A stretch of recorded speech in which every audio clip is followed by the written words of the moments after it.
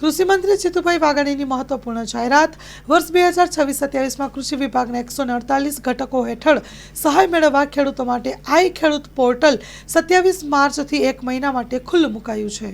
કૃષિ વિભાગના નવા નાણાકીય વર્ષની શરૂઆતથી જ ખેડૂતોને રાજકીય લાભો આપવા કટિબદ્ધ કૃષિ મંત્રી શ્રી અંદાજપત્ર પારિત થયાના ગણતરીના દિવસોમાં જ નવા વર્ષ માટે પોર્ટલ ખુલ્લું મૂકવાવાળો કૃષિ વિભાગ સંભવતઃ રાજ્યનો પ્રથમ વિભાગ બનશે।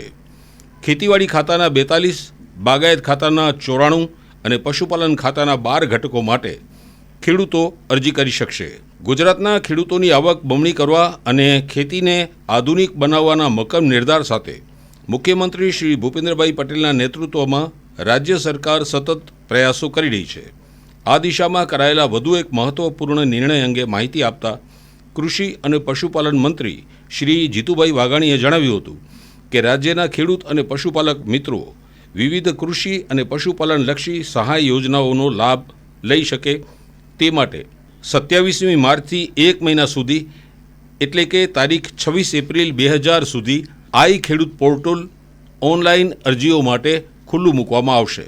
27મી માર્ચથી રાજ્યના ખેડૂતો આઈ ખેડૂત પોર્ટલ પર ખેતીવાડી ખાતાના 42 ઘટકો, બાગાયત ખાતાના 94 ઘટકો અને પશુપાલન ખાતાના 12 ઘટકોને મળીને કુલ 148 ઘટકો હેઠળ સહાય મેળવવા માટે ઓનલાઈન અરજી કરી શકશે। શ્રી જીતુભાઈ વાઘાણીએ આ નિર્ણયને ઐતિહાસિક ગણાવતા કહ્યું કે રાજ્ય સરકારનો કૃષિ વિભાગ નવા વર્ષની શરૂઆતથી જ ખેડૂતોને રાજકીય લાભ આપવા માટે કટિબદ્ધ છે। રાજ્ય સરકારનું વર્ષ 2026-27નું અંદાજપત્ર વિધાનસભા ગૃહમાં પારિત થયાના ગણતરીના દિવસોમાં જ નવા વર્ષ માટે પોર્ટલ ખુલ્લું મૂકવાવાળો કૃષિ વિભાગ સંભવત રાજ્યનો પ્રથમ વિભાગ બનશે।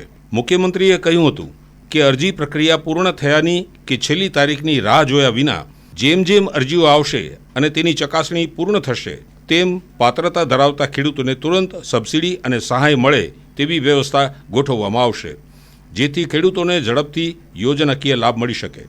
ખેડૂતો માટે અરજી પ્રક્રિયા અત્યંત સરળ બનાવાઈ છે, જેમાં ખેડૂતો આધાર ઓથેન્ટિકેશન દ્વારા પોતે અથવા ગ્રામ પંચાયત સ્તરેથી નોંધણી કરાવી શકશે એમ તેમણે ઉમેર્યું હતું। કૃષિ મંત્રીએ રાજ્યના તમામ ખેડૂત મિત્રોને છેલ્લી તારીખની રાહ જોયા વિના વહેલી તકે જરૂરી દસ્તાવેજો અને ઓનલાઈન અરજી કરી સરકારની વિવિધ કલ્યાણકારી યોજનાઓનો મહત્તમ લાભ લેવા નમ્ર અનુરોધ કર્યો હતો।